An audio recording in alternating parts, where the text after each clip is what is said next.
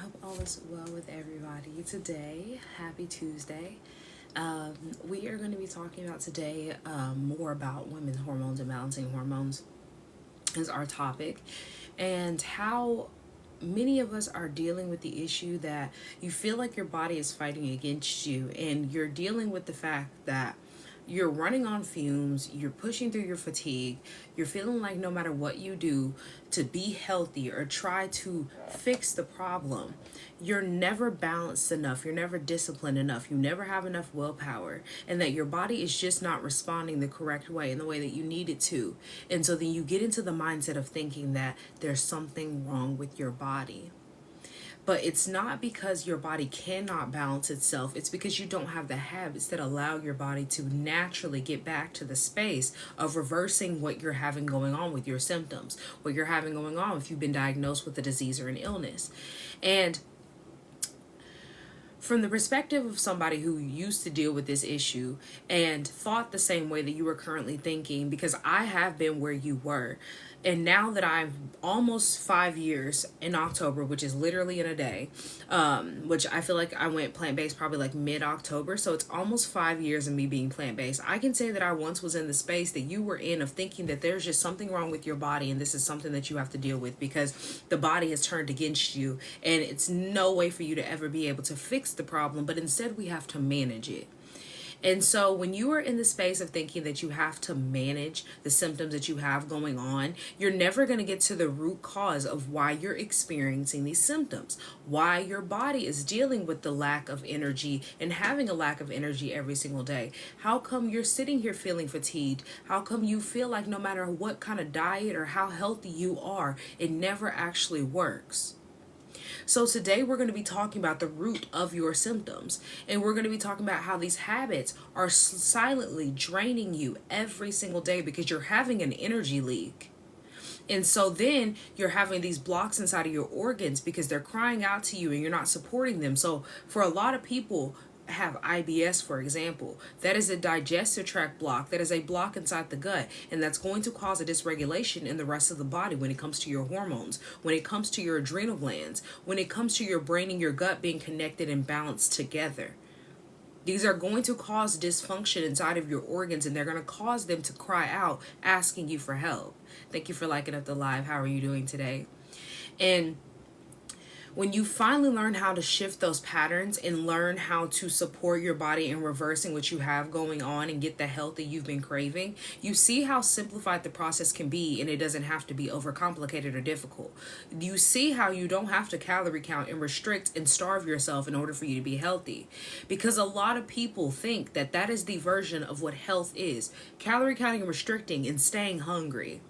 But when you're in the space of punishing your body for doing what it's naturally supposed to do, which is to get hungry, which is to actually want nutrients from food, so then you're going to crave and be hungry, you have to understand that those cravings are signs to let you know that you're lacking a nutrient and you're deficient in that area.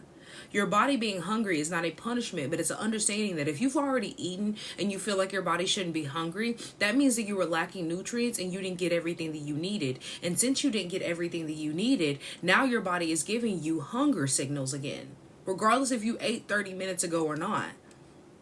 Because the space of understanding why these symptoms are happening is how you get to releasing those pain points and how you get to the space of dealing with the root cause. But when you're punishing your own body for just feeling natural, for being normal, for dealing with brain fog, thinking that, okay, I just need a supplement, or okay, I just need this surgery, because you're having memory slips and you have fatigue every single day, feeling like everything is not going right, so you're blaming your body, thinking there's something wrong with your body.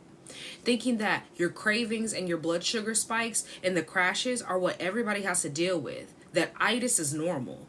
When these things are common, but it's not normal for you to not understand that when you eat something and then right after you feel like you have to take a nap, that's because your blood sugar spiked and you have no regulators. And since you have no regulator with your blood sugar, now it's expelling more sugar than you were actually able to convert into energy. And majority of the energy that would be converted and used for you to make it throughout the day, your organs are using to digest. And so think about that when you eat before you go to bed and you eat a heavy meal, and how all night your body is trying to digest in a laying position when the organ should be resetting. And so instead of you waking up with energy, you wake up feeling sluggish and bloated. And then now you're sitting here crying about the fact that, oh, that food just didn't sit with me right last night. I shouldn't have ate it so late. But you're not understanding that you threw your body into a complete disarray all throughout the night. And then you woke up and you're complaining that you need coffee and that you don't want to go to work, that you don't want to do X, Y, and Z. And the reason why you don't want to do anything is because the body literally is in panic mode. It's been panicking all night trying to keep you alive. When your blood sugar is spiked and you're going to sleep, you do realize that your body is trying to keep you alive rather than resetting and flushing throughout the night and getting back to a space of rejuvenation for the next day. Because when you're waking up throughout the night, going back and forth to the bathroom, when you feel like you just can't rest all the way, even though you got 10 hours of sleep, this is a sign that your blood sugar was spiked before you went to sleep. And then you went to sleep with high blood sugar or low blood sugar, not stabilized. And that's dangerous. And a lot of people don't realize how dangerous that is. Because it's deeper than just, oh, I have insulin resistance, I developed diabetes, I'm on insulin. But that is literally breaking down your organs because they're having to work double time of what they normally do every single day before you go to sleep, every single day while you're asleep, every single day that you eat. Every time you consume and you don't use stabilizers, you are spiking your blood sugar. And that is going to cause you to develop insulin resistance. And as women, we aren't taught this. When you are in a certain cycle phase, you are more likely to have insulin resistance. And so when you were in that phase and you were in the insulin resistant phase and you're craving sugar, so you think, oh, my cycle is coming, so let me just eat some sugar. So that way the craving's not going to kill me during that week that I'm bleeding. You're not realizing that you shouldn't be eating sugar, but you need to be eating more greens. And so then you put that sugar in your body, which causes you to cramp before your cycle, which causes you to cramp during your cycle, which causes you during that week to have heavy bleeding, irregular cycles in general as you do this more and more each year. And then we wonder why when they say, how they say in the statistic where women that are hitting the ages, it's before 50 now, but it used to be when women were hitting the age of 50, they were seeing majority of women that hit the age of 50 have developed at least one fibroid or cyst, at least one. And so think about how that was a statistic that back in the day, it was like, oh, you're hitting menopause age. Now they're seeing it happen younger and younger. Teens and young adults are going to surpass adults on the scale of having not blood sugar dysregulation, but having diabetes or insulin resistance. This is a fact. This is what they've already projected, and they're projecting by 2030 for them to make $1 trillion profit off of people being diabetic and obese. If they already know that teens and young adults are going to surpass adults on the scale of having diagnosis for diabetes, what do you think it's going to look like by 2030 of all the people that are going to be in the hospital over insulin resistance and diabetes? Because right now they're not making $1 trillion profit, but that's their projection by 2030. The way that our health is going and the way that people are consuming. Times are hard, and if you know anything about how women operate, usually in society, how we've been programmed, it's to emotionally eat. So think about how all of these emotions are being thrown all over the place. Everybody's up in the air about all of this different things. Think about how many women are going to be emotionally eating during this time with what's going on if you live in the U.S. Think about how many women are going to be throwing off their blood sugar because you never learned how to cycle sync. The symptoms that you're having are not random. They are red flags from your body to let you know that the habits that you have are dysregulating your balance. And since they're dysregulating your balance, you are throwing off your internal trust system with yourself. And when you cannot trust yourself, you are going to stay in fight or flight mode. When your body cannot feel safe with you, it is going to stay panicking. And so when you say, oh, I'm going to do this diet and I'm going to lose 30 pounds and I'm going to do this by the end of the year, and you set all these mental goals for yourself and you never actually achieve them, and then on top of that, you put yourself in a calorie counting, calorie restricting deficit when you're already nutrient deficient, that makes your body think that you are literally going through, let's say, a crisis. But the crisis is you have no money, you have no food, you have no type of substance. So now we have to hold on to everything you consume. Now we're lacking. And that puts your body in a state to say, oh, I don't know what my next meal is going to be, so I'm going to hold on to all the toxins that you eat. This isn't really nutritional. This isn't the nutritional value that I need. And so now I'm panicking. And since I'm not getting enough nutrients every day when you eat, I'm going to hold on to all the titanium dioxide that you eat and I'm going to keep it in the liver. And then you consistently do this for years. And you're looking at yourself when you were in your 30s and you're like, man, I was looking so good in my 30s. How come when I hit my 50s, now I'm this weight and I'm this age and I look like this and I'm having all these health problems? But you didn't realize just because you looked good in your 30s, you have still have the same habits that you had when you were a teen. You hit your 30s, you had the same habits. You developed insulin resistance at the time, but they never diagnosed it. So then you hit 50 and now you have all these health problems that have caught up to you. Thank you for your heart puffs and thank you for the likes, L. How are you doing? And it's consistent dysregulation that puts you in a survival mode, and your survival habits are not sustainable. Your feminine cannot feel safe in a space where it feels like you have to put your health on a back burner. That, oh, I just have to make it to the next day. Oh, I have to wake up and I have to drink coffee.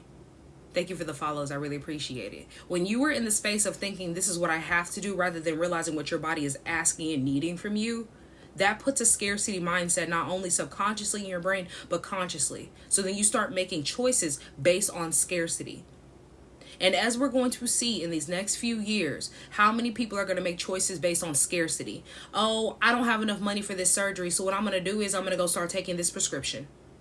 Oh, I don't have enough money for that prescription, so what I'm going to do is I'm going to try this intensive diet of starving myself and hope that this works.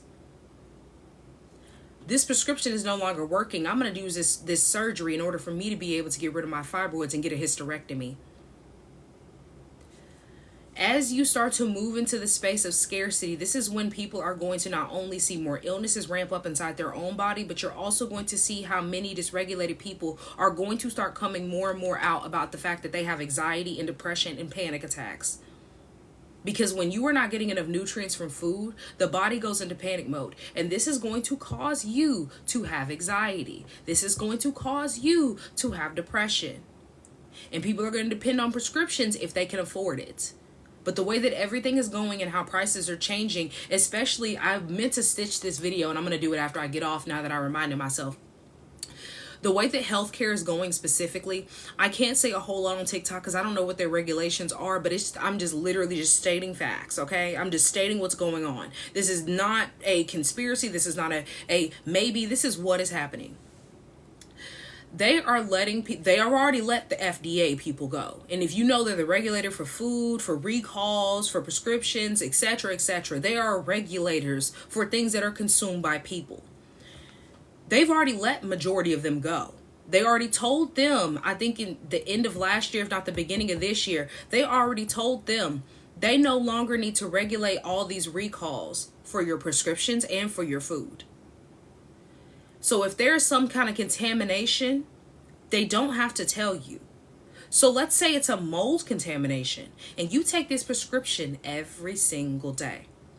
And then on top of that, you consume mold inside of your food because there's citric acid in majority of y'all's processed snacks, foods, drinks, and etc. And that citric acid is not made from natural citrus. It's made from black mold. So now you have two sources of mold that is being consumed every single day. How long do you think you can consume mold before it catches up to your nervous system and your respiratory system? How much mold do you think can go inside the gut before the gut gets thrown off? How much mold do you think the liver can detoxify on a daily basis? And you're eating it. It's not like you're breathing it in. It's not like it's on the wall. You're not touching it. You're eating it. This is the space that we are currently in, that we are trying to sustain as a person. You're following what they tell you to do and you're trying to sustain your health in that space. There's no possible way when it's set up against you. You cannot keep depending and accepting the breadcrumbs that they give you. Because acceptance looks like you understanding how your blood sugar is regulated in your pancreas. So your pancreas needs a stabilizer with your food. Your liver is your detoxification place for all the toxins that you consume, that you come in contact with, that you use. And so you should stop using and eating toxic foods so that your liver can stop being worked overtime. Because the normal pollutions and things that people worry about that are toxins up in the air, the liver can handle that perfectly fine. The problem of why people get so sick and the reason why the people cannot detoxify from their liver on a regular basis, and it's so common, is because you use and eat toxic foods on top of the toxins that are outside. And so your body's already worked overtime. So when it does come in contact with an illness or a sickness, now your body goes, you know what?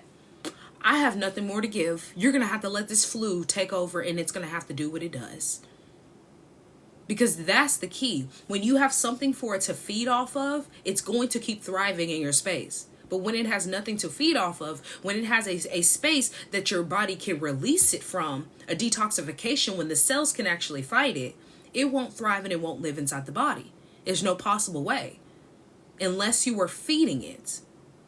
So I say this to not only my TikTok audience, my people on YouTube, but I also say this to my clients all the time. If you have, because I have clients that come to me and they have pain points that they just like started having, they wanted to work with me and etc. And I ask them, so what are you feeding it? And they usually can list off, this is what I've eaten in these past couple of days, this is what I've been doing. And I'm like, it's the food, inflammation, and the products that you use causing inflammation and the lack of movement. When's the last time you sat there and you stretched for a good 15 minutes? Not just I'm going to twist my back and I'm going to rotate my arms and my legs. When's the last time you had a good stretch that popped every aspect from top to the bottom of your bones without you having to go to a chiropractor to pop you? Because just because somebody is young and limber versus somebody who is older and stiff, the only difference between the young and limber person versus the older and stiffer person, who is getting active and who is moving. I talked about this with my mom last night, actually, because my mom was saying, oh, I'm just getting older. I'm just getting older. And I said to her, when's the last time you stretched? Because I know you haven't stretched. And she was like, well, my leg is kind of hurting, etc., etc. And I said, if you took a Pilates class, some type of stretching class for ladies that are in your age that help you be able to target what you were going through, it would help you with a lot of different things that you deal with day by day, from working, being a mom and etc. Which, I mean, I know that I'm older and she doesn't have to be as attentive as she used to be. But people don't realize, because you get into the same routine of doing the same things, that as you get older, routines have to change, patterns have to change. That's the same way when you went from being an elementary kid to a middle school kid, how all of a sudden you were switching and changing classes to you weren't before. So you have to adapt to being able to know a schedule. And then by middle school to high school, you already know how to open a locker. You know how to read a schedule. You know which classes to go to. You understand you're not going to stay in this class more than an hour. But when you were in the space of an elementary kid, you never thought about switching classes. You never thought about having to read a schedule, nor did you understand having to read a schedule. You're just now learning how to count count a whole bunch of numbers and put them together and make a math problem work. Knowing how to, read a calendar, things like that. Learning how to read a map. So you never thought about those things because you're in the pattern of the habits that you've been taught over the past 5 years. So the same thing happens as you go through different milestones of life. And I've talked about this before. You have to change. We aren't taught the different milestones when you get out of college, because that's the milestone end in the adult brain, because that's what society has taught us. When you get out of college, that's it. You get married. If you want to get married, you get a job, and that's it. You try to be healthy, so you go on a diet. But that's the milestones. That's it. You have kids. Where's the milestone for yourself? Because there's milestones from the time that you were born. You were supposed to hit a milestone. From the time that you start school, you're supposed to hit a certain amount of milestones. Each year you have a certain milestone or you get held back. So why do we stop when we get out of college having goals for ourselves? Because they've taught us all of our life and told us what our goals should be. But when you start to see, and even before I even went plant-based, I started to have different goals for myself. And that's what got me to the space of taking care of myself better. Was because I was like, you know what? I know I shouldn't have to be suffering here. Why am I on this birth control and it's making me angry? I don't want this for myself. My goal is for me to be healthier. How do I get to that space? But we're not taught how to hold goals for ourselves. And so how you get to the space of establishing those goals is learning the habits that allow you to help yourself reverse what you have going on. Because it goes deeper than just how I teach of health, but this can be carried into everything. And that's what I talked about in my masterclass last week. My days have flown together. is that no matter how you look at this, it can be pinpointed to the fact of the lack of stability with the foundation that you have. So when you have the lack of stability in that foundation, you can't start building on that. So if you want the stability in your foundation, you want to learn how to balance each aspect of your body and to shift that energy, you have to start having habits that reflect what you're looking for. Not having a body that's running on a lack of energy and a lack of nutrients and missing stability, but understanding that waking up with energy is possible and your body's not turning against you. And having a full day without coffee or feeling moody or feeling like your cycle is throwing you off is possible. It's just the answer is not in the quick fixes or the caffeine. It's in you actually getting nutrients that supports the body and using products that don't make your organs toxic. Learning how to shift the daily habits that you have with small little changes that were originally draining you to a space that reflects the health that you've been craving and that you've been seeking and that you deserve, but you haven't been finding. Because there are millions of women that are dealing with severe burnout right now. There are millions of people who are dealing with severe burnout right now. But you are not designed to be in a space that is lacking energy and not radiating. You just need the tools and the roadmap to get to a foundation that is actually going to be stable and that you can build on and sustain that health. But you have to know what support gets you there. You have to understand how your patterns can change. It's just a matter of you actually making that subconscious choice and then making the conscious choice towards those changes that keep you in the space of sustaining your health. Because you can balance your health. You can balance your hormones. You can get away from insulin resistance. You can have a normal cycle that doesn't feel like a punishment. But it's the matter of you stop repeating the same habit patterns that past generations have had that keep getting passed down to each new generation. And starting new healthy ones that are away from this societal system that has told you that as a woman, you're going to have hormones that fluctuate and you are always going to be imbalanced. That taking birth control or having a surgery is the only answer that you can have. Because that truth that they keep spitting at you is commonality that has made us all so sick. But the reality of the truth that you should be shifting into is that you haven't been taught how to take care of your body properly, how to sync with your cycle properly, and it's okay. But now it's time for you to change because we're all big girls and big boys here. So why are we still sitting here doing the same thing, expecting a different result, being the literal definition of insanity? When if there was a favorite artist, if there was some type of some person doing a signing, if there was a food that you wanted and you saw it and you knew you could have it, you would go and get it. So if you know that you want to be healthier, you know that you want to change, the answer is right there. Are you going to go get it or not? Because you don't sit there and say, oh, I wanted to go to that concert so bad, had the money sitting right there and go, I just didn't want to. Because if you want it, you go get it. You want that shirt, you buy it if you have the $20 in your shirt in your pocket. You want those shoes, you buy it. And if you don't have it right then and there, majority of y'all nowadays, y'all are using Klarna, Farmer, Afterpay to buy clothes, food, and etc. And a lot of the stuff that you're buying with the clothes, you're on Shein, you're on Fashion Nova, and it ain't even a necessity. Your health is a necessity. You get one body, you get one set of organs of each, or pairs, depending on what you're talking about. But the point is, you get one of everything. Not many of y'all are sitting here, I don't know who's in here is a millionaire, but not many of y'all are sitting here being able to get a transplant if something goes wrong with an organ. You have heart failure, you got liver failure, kidney disease, something. Not many of y'all can get transplants. Not everybody can get a transplant. So do you want to be one of the people that are hoping and praying that you can get a transplant before your body shuts down? Or do you want to be one of the people who supports the body so that it does not break down to the point of needing another organ? Because think about it. If you are to get another organ, your body rejects that organ for the rest of its life.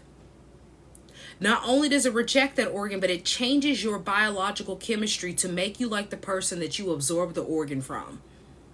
So now you have all these mannerisms that weren't you before, but it was the old person. And you're having to take a prescription for the rest of your life in order for you to not reject that organ. You miss one day of that prescription and you will not live anymore. So put yourself in the mental space of thinking how not only do you not want to be in that space, but all prescriptions do that to you if you really think about it. All prescriptions alter your chemistry. Because I know someone who I used to work with who literally was on a prescription that was making her angry. I was someone who was taking a prescription that was making me angry. Birth control made me angry. She was on something for her celiac disease, I want to say. And when I first met her, I thought she was the rudest, meanest lady I had ever met. I'm sitting here like, oh, she's so rude. I'm never going to get along with her. Confusing the whole scenario because of a prescription. After knowing her for a couple of months, and she had gotten off the prescription in that time because I had mentioned to somebody and they had also said she's normally not like this. They had brought it up to her, not saying throwing me under the bus, but just brought it up of like, what's going on? Come to find out her prescription was making her angry. I didn't have anybody to ask me what was going on during the time because when I was taking birth control, it was during 2020. We had gotten locked down shortly after I had stopped taking birth control because I'm sitting at work thinking people were mad at me, and I started crying in the middle of a meeting one day. In the middle of a meeting. And this is just full transparency. I'm sitting here like, oh, I'm so sorry. My birth control, I'm on my period. I'm supposed to be on my period. My birth control makes me skip my period. Like, I'm explaining myself over the tea. I'm over here crying, thinking everybody's angry with me. And everybody's looking at me like, girl, what's going on? I get off my birth control in a week and a half, 2. I don't know how long exactly it was after that, but I got off my birth control. I'm talking to my doctor. I'm in the doctor's office. I'm like, something's going on. This ain't working with me. I was like, yeah, I stopped about a month ago after. And she was like, what was going on? I'm explaining the symptoms. She said, yeah, that birth control was throwing off your hormones. And I'm like, At the time, thinking about it like, wow, that's crazy. It could throw off my hormones like that. Fast forward to a year from then. I start to learn about what they're doing in our food, what's going on with our prescriptions, how it threw off my hormones. And I understood everything. It's because literally during the time that I'm supposed to be releasing as a woman, it was blocking me from a release. My hormones are out of whack. Not because the birth control is not doing what it's supposed to do, but because the birth control is doing exactly what it's designed to do. I am not an angry person at all, nor do I ever think that anybody's really out there angry at me on a regular basis. So that was a real good clue into how bad it was throwing off my system. And then once I got off of it, my body started to regulate itself again. And then when I went plant-based, I stopped taking pain pills, pain prescriptions. I stopped having to depend on other things to balance my hormones, and my cycle went regular. But I started having to sync with my cycle, eating the foods that I needed for each phase and actually eating nutrients. Because I don't know about y'all, but I had stopped eating ramen in 2020. But before then, ramen was my best friend. I was broke in college. I'm working all these jobs, trying to afford to be able to eat out and eat nice sometimes. But majority of the time, I'm eating little quick meals. I'm eating ramen. I might bake some chicken or something like that. Maybe fry some chicken. But that's about all I'm eating is fast food and the same basics. Because I have to go to college. I'm still doing work. I didn't have all the time to put towards my health in that moment because I thought it was literally too much. I thought that it was too much to take care of yourself because that was my mindset. And now here I am, who probably do just about the same that I was doing in college, if not more. And I can say that it does not take a whole lot of effort for you to actually learn how to take care of your body and to reverse what you have going on when you have a simplified strategy. But in order for you to get into the space of simplifying the process, you have to release what you are currently doing. You have to start using small little habit changes that support each function of your body, your aspect of your cycle syncing, and also learning how to get in that space of balancing your energy. Because when you're sitting here dealing with a lack of energy, and you think that, okay, I'm not eating enough. So then you're blaming it on the food and you're blaming it on the fact that you're not eating enough. And then you eat more fruits and vegetables, but it's not giving you the energy, replenishing energy that you are looking for. Majority of y'all don't realize that you have to be energetically aligned with that as well. You can't sit here and still think and operate in the space of diet culture and expect the body to give back to you. So that's what I teach and more in my Balanced Body program is regaining that energy, cycle syncing, learning how to make your plant-based meals, your non-toxic products, and your non-toxic medicine, and to support the full system so that you can get that balance. And if you want to know more about that, it is linked in my bio. And if you guys have any questions, I will take questions now because I'm at the end of the live. I see that, is it Esme or Isma? I don't know exactly how to say your name, but you said, I'm dealing with anxiety and can't sleep at night. What can I eat or do? I don't know exactly what lifestyle you live, but based on the fact that you're dealing with anxiety at night, not only is that a mental thing, so that's a spiritual thing. What are you thinking about? What is causing the anxiety? Are you overthinking? Are you a heavy thinker? Because I know that a lot of women are. I'm one who goes into a lot of long, deep thought process, and I used to have anxiety and etc. before I went to bed. And one thing that I realized is a lot of us eat sugar before we go to sleep. A lot of us don't eat real good foods during the day, and that's going to cause anxiety and lack of sleep. A lot of us like to eat sugar before we go to sleep. A lot of us like to drink sugary things before we go to sleep. I used to drink sweet tea before I'd go to bed. So it's just a matter of the habits that you have. And I teach in that program habit retraining so that we can get away from the habits that are causing the issues like anxiety or lack of sleep at night or the lack of nourishment, because a lot of people eat, but they don't nourish, because filling your body is different than getting nourishment. So I don't know exactly what lifestyle, but overall, we have to look and reflect on what we're consuming, what we're eating, what products we're using, etc. before we go to bed. Because a lot of them rewire how our nervous system reacts. Because if our gut is thrown off, that is going to rewire how your nervous system responds, because you're going to have high cortisol in the gut, and the brain is going to panic and produce and pump more cortisol from your adrenal glands. And it's also going to pump and cause androgens, which androgens is a separate type of stress hormone. So I hope that helps, and I hope that makes sense. What other questions do you guys have for me? And if you're not, I'm going to hop off. My phone is getting dark because it's on the charger. I didn't think it was hot, but it might be a little hot. I appreciate you guys for the likes and the comments, guys. I really, really do. Any questions for me at all? At all?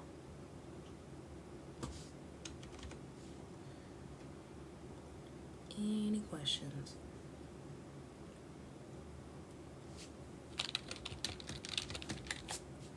If you guys don't have any questions, and I've answered all your questions, if you have not subscribed to my YouTube, it is linked in my bio. I post all of my past lives. If you missed any of the lives or any part of this live and you want to catch the full thing on YouTube.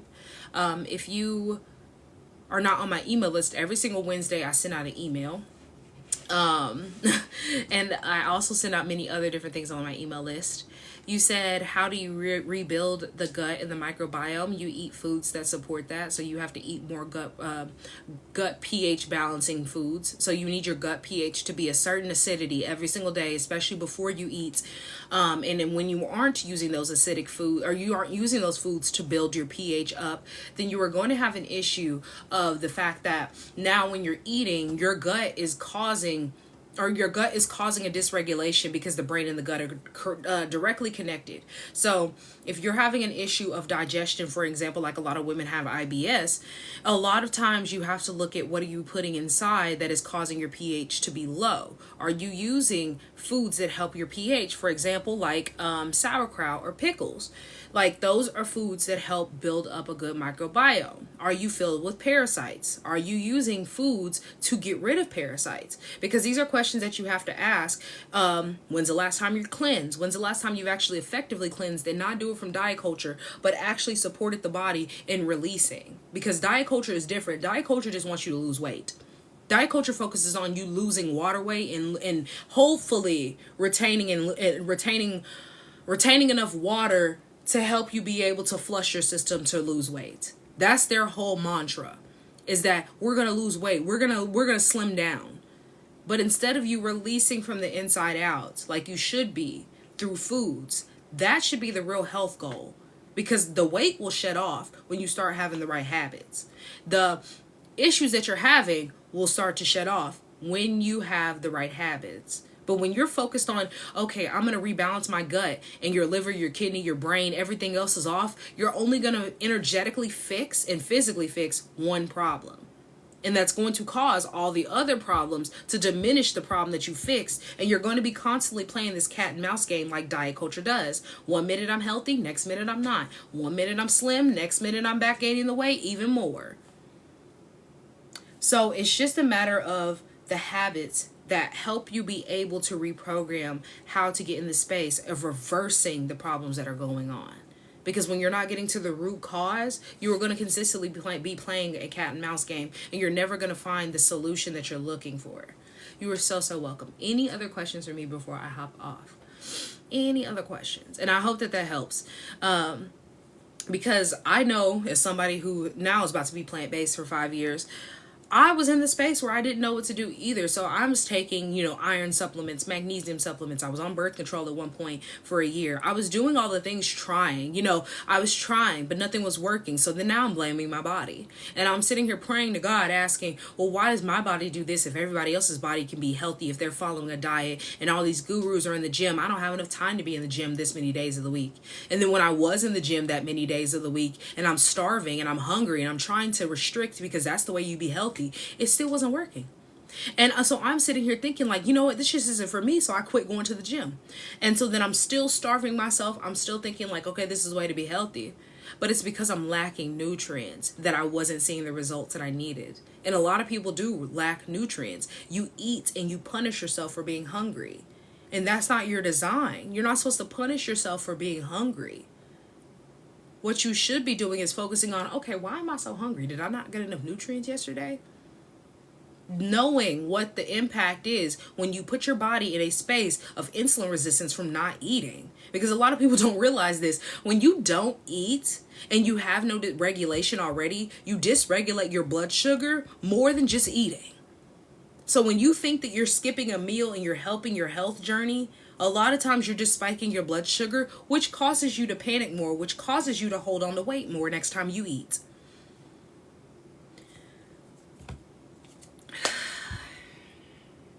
So I'm not seeing any more questions. I appreciate you for all the likes. Thank you. Thank you. If you're on my email list, next time I go live, I don't have a set day exactly when I go live, but I do go live 3 times a week. So look out for me 3 times a week. I post every Monday, Wednesday, and Friday on TikTok and every Tuesday and Thursday on YouTube. So I hope that you guys have an amazing rest of your day. I hope that this has supported you and impacted you positively. And I hope that you have an amazing rest of your Tuesday. And if you're watching this on YouTube, do not forget to subscribe. I will see you guys next time. Bye, people.